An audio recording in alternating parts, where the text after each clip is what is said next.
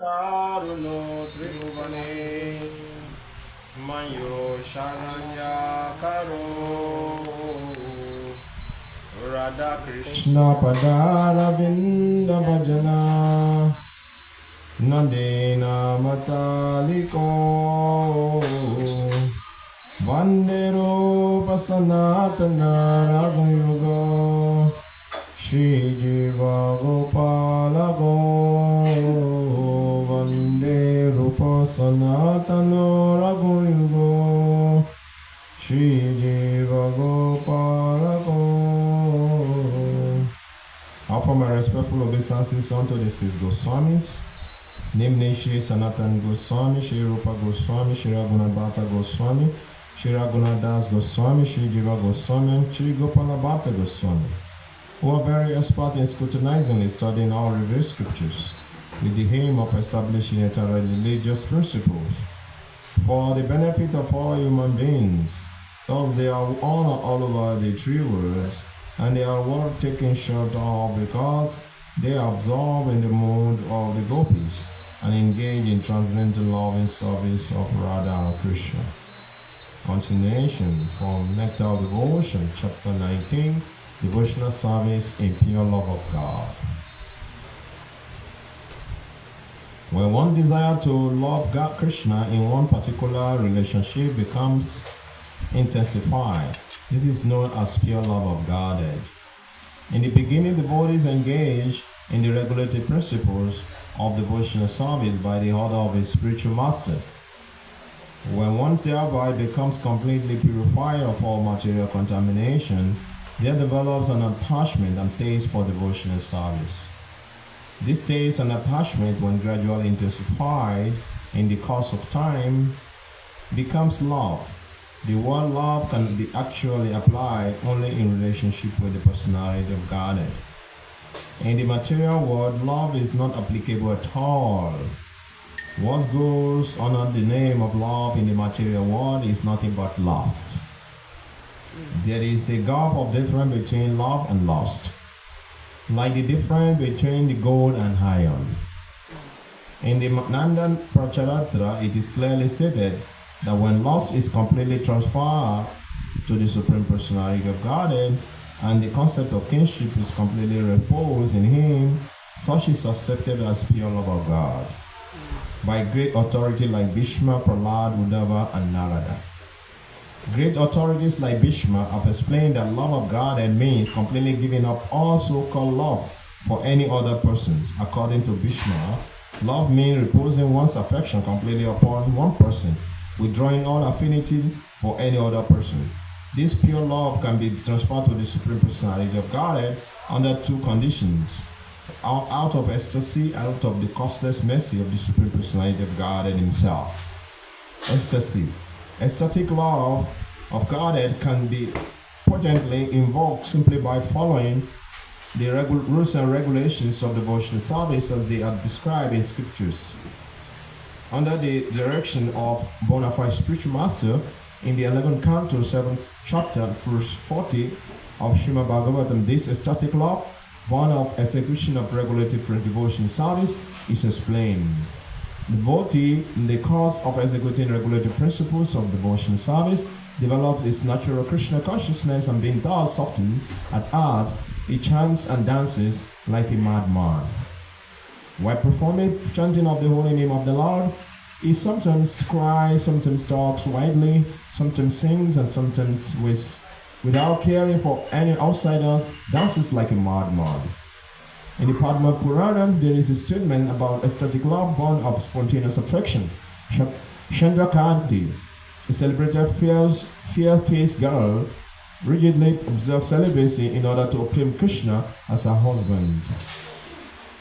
She always engaged herself in meditating on the transcendental form of the Lord and always chanted the glories of the Lord. She did not desire to accept anyone else as her husband. She had firmly decided that only Lord Krishna would be her husband. The Lord's extraordinary mercy. Subtitle: when a devotee is found to be always associated with the Lord in ecstatic love, it is to be understood that Such a position has been awarded by the Lord himself out of his costless extraordinary mercy.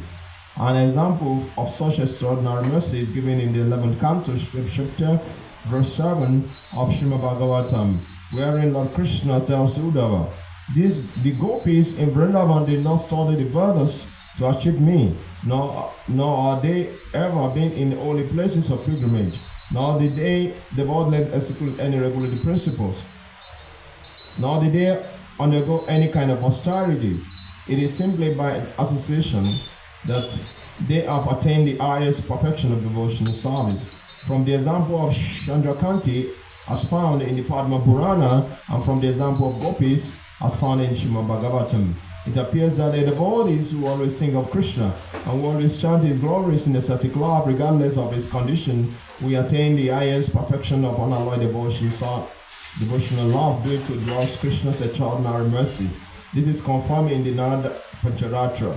If a person worships, adores, or loves Hari, the Supreme Lord, it should be understood to have finished all kinds of austerity penances, similar processes for self-realization.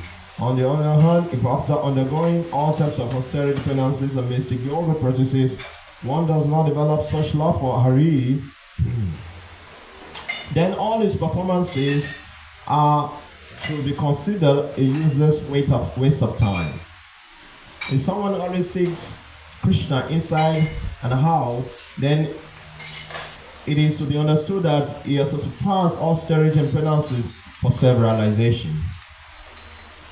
And if after executing all kinds of penances and austerity, one cannot see Krishna inside and out, then he has executed his performances uselessly.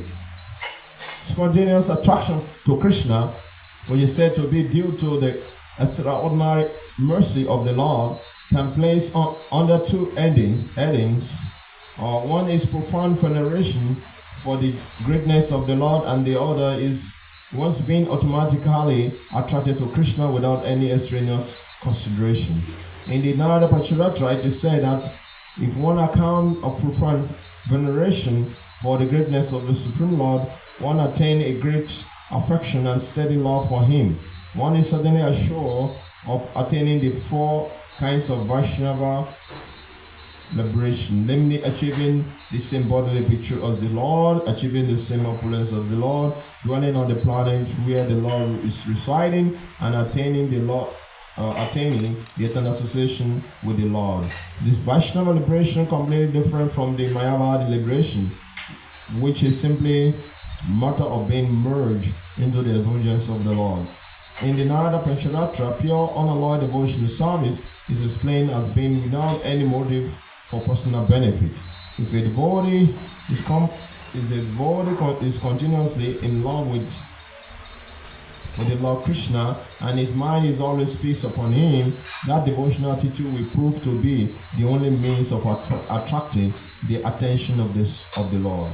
In other words, a Vaishnava who is incessantly thinking of the form of Lord Krishna is to be known as a pure Vaishnava. Generally, a devotee who has achieved the costless mercy of the Lord on account of following the strict rules and regulations of devotional service becomes attracted by the supreme greatness of the Lord, by the transcendental beauty of the Lord, and by the spontaneous execution of devotional service. To be more clear, by executing regulated principles of devotional service, one can fully appreciate the transcendental beauty of the Lord. In any case, such exalted positions are possible only by the extraordinary mercy of the Lord upon the devotee. Subtitle: Association with Pure Devotee. Although many different processes for developing love of God have been explained so far, Srila Rupa Goswami now gives us a general description of how one can best achieve such a high position. The beginning of aesthetic love of Godhead is basically faith. There are many society and an association of pure devotee. If someone with just a little faith begins to associate with such societies, its advancement to pure devotional service is rapid. The influence of a pure devotee is such that if someone comes on to associate with him with a little faith, one gets the chance of hearing about the Lord. from authoritative scriptures like Bhagavad Gita and Srimad Bhagavatam. Thus, by the mercy of the Lord, who is situated in our Brahma's heart, one gradually develops his faith in the description of such authoritative scriptures. This is the first stage of association with pure devotees. In the second stage, after one becomes a little advanced and mature, he automatically offers a following to the sub. Is automatically offered to follow the principle of devotional service under the guidance of pure devotees and accept him as a spiritual master. In the next stage, under the guidance of the spiritual master, the devotee executes regulative devotional service, and as a result of such activities becomes free from all unwanted occupations. When he is free from unwanted occupations, his faith becomes steadily fixed and develops a transcendental stage for devotional service. Then attachment, then ecstasies, and in the last stage there is pure love of Godhead. There are the different stages of the development. These are the different stages of the development of pure love. Only the most fortunate persons can achieve such success in life. Those who are simply academic students of the Vedic scriptures cannot appreciate how such a development takes place. In the Narada Pancharatra, Lord Shiva therefore tells Parvati, "My dear Supreme Goddess, you may know from me that any person who has developed the ecstasy of love for the Supreme Personality of Godhead and who is always merged in transcendental bliss on account of his love cannot even perceive the material distress or material or happiness coming from the body or mind." The affection and the dealings of love that are different branches of the original tree of the love precede many varieties of affectionate manifestation that will not be discussed here. These different manifestations have been described by Sanatana Goswami in Bhagavatamrita. Although the subject of such affection and dealing of love is very confidential, Sanatana Goswami has described them very explicitly. Srila Rupa Goswami thus concludes the first division of the Bhakti Rasamrita Sindhu, offering up its treatise to the transcendental pleasure of Sanatana Goswami, who has established the transcendental beauty of Gopal Bhatta Goswami, Srila Rupa Goswami, Srila Rupa Raghunath Bhatta Goswami, and Srila Raghunath Das Goswami. It appears from the statement that great Srila Jiva Goswami was not yet active when Bhakti Rasamrita Sindhu was written. Thus ends the Bhakti Vedanta purpose summary study of the first division of Bhakti Rasamrita Sindhu up to the description of ecstatic love of Godhead, which are to follow next. Hare Krishna. So we stop here. Anong difference ng lust and love? Like explained by Srila Rupa Goswami here, lust is like iron and love is like gold. You can see the difference. Yeah, they're both metal, but one is very attractive and one is shiny and valuable and precious, while the other one is less valuable, not valuable, but not attractive unless it's been refurbished like that. So love is pure. Love means love of Godhead. We can only love God, the Supreme Personality of Godhead, because it's the only object of love. So is that love of Godhead which we expect to the Supreme Lord, that is we reflect it to other living entities, not otherwise. So only when we truly love God, then we can love others. If not, generally, the so-called love in this material world is lost. Means I'm just taking what I can get from you. Okay, if you don't please me, then to hell with you. That is not love. Love, as explained by the Shishastaka, Aslisya Vada Padarata Pinasumam, Adasana Mama Atam Karotuva, Yatada Tava Vidun Tilapato, Matpananatas to Saniban Rapara. I know no one but Krishna, my Lord. And to remain so, even if he handles me roughly by his embrace, or makes me broken-hearted by not being present before me. He's completely free to do anything and everything, for he remains my worshipable Lord unconditionally. So love of God is unconditional. You see, the group will say, even when the Lord handles him roughly or makes him broken-hearted, he will still remain his worshipable Lord. This is the love of the gopis towards Krishna. They don't care to go to hell. They don't want Krishna to be happy. So this is how the love of God is described in the scripture. So you can understand what it means.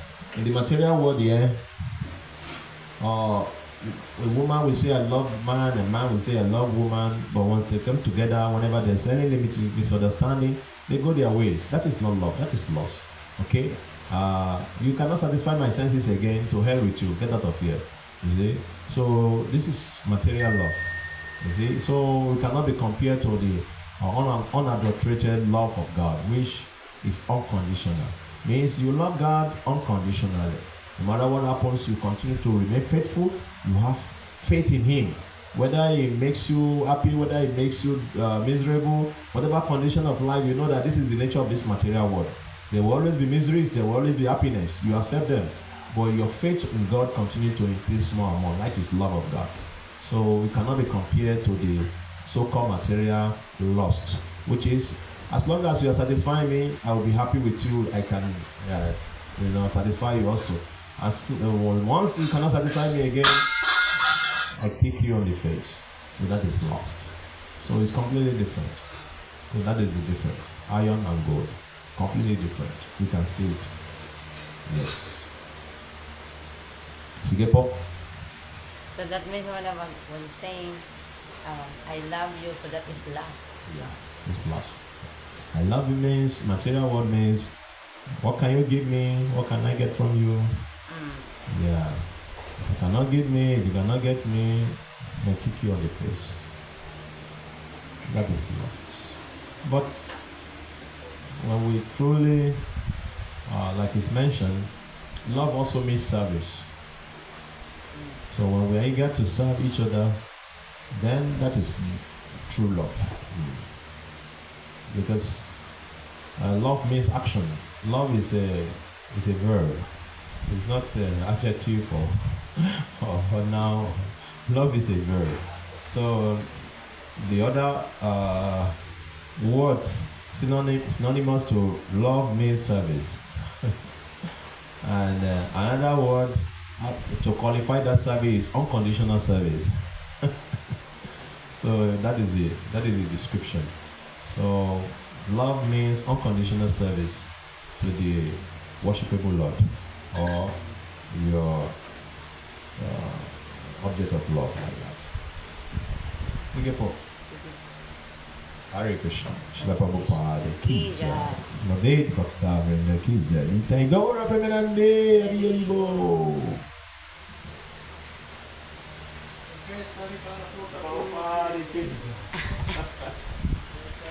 He is feeling better now.